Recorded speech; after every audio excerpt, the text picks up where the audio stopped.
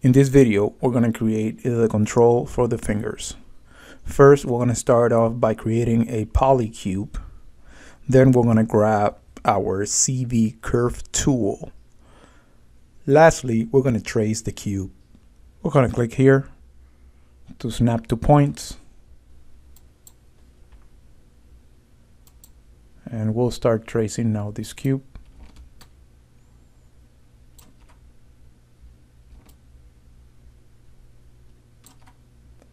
Press enter when done. Let's go and center pivot. Now holding down X, let's go ahead and snap this to the origin. You can delete this cube.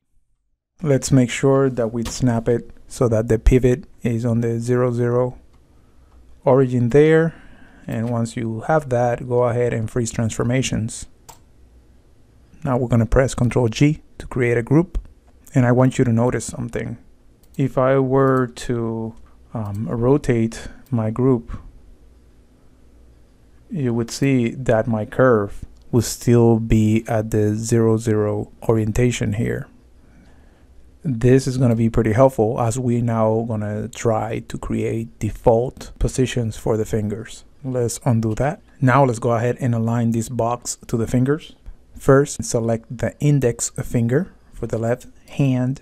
Now we're going to control click the group we just created, and we're going to go into constraint and create a parent constraint, making sure that maintain offsets is off. Click add. Go back to your outliner and delete the constraint we just created.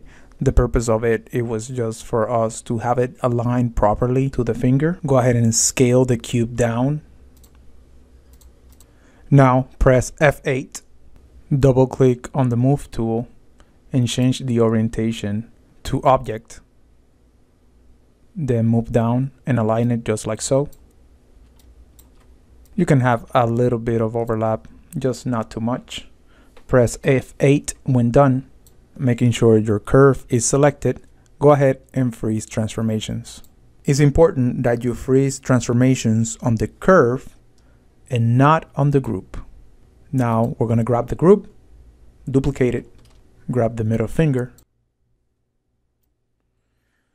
Control click the newly created group, parent constraint, delete the parent constraint, select the curve, press F8 to edit the curve,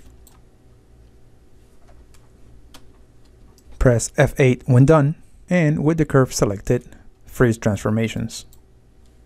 We're going to go ahead and repeat now the same process for the rest of the fingers.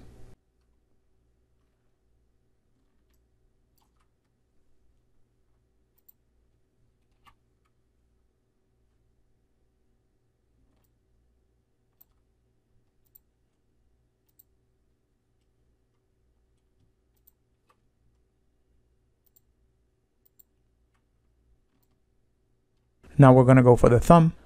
Our controller is going to look a little different, but it's still going to give us the same results. Let's go ahead and start with the first steps. Grab the group, duplicate it, grab the thumb, control click the group, constrain it, delete the constraint, select the curve.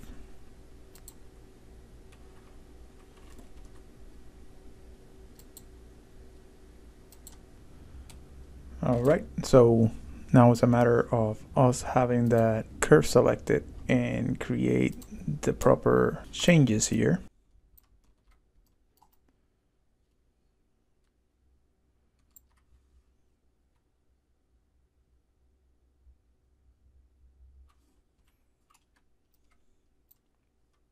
And that there should be a good controller. Ultimately, the shape that you go with won't really impact, just something like this, nice and simple, would work. Let's go ahead and press F8, selected our curve, freeze transformations. All right, that looks good. Now that we're done with this entire hand, let's go ahead and select each group, then duplicate them and move them over to the other side.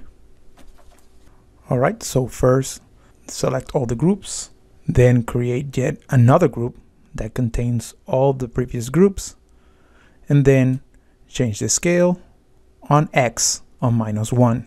Then go into edit and ungroup. If you want to double check that each one of these is properly constrained, you can always repeat the steps of grabbing the joint for the desired finger, selecting the group, and click constrain.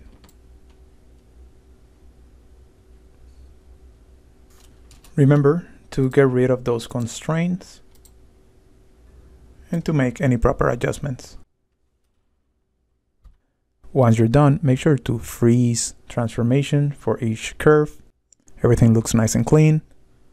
All right, great. We're ready now to move on to the next stage.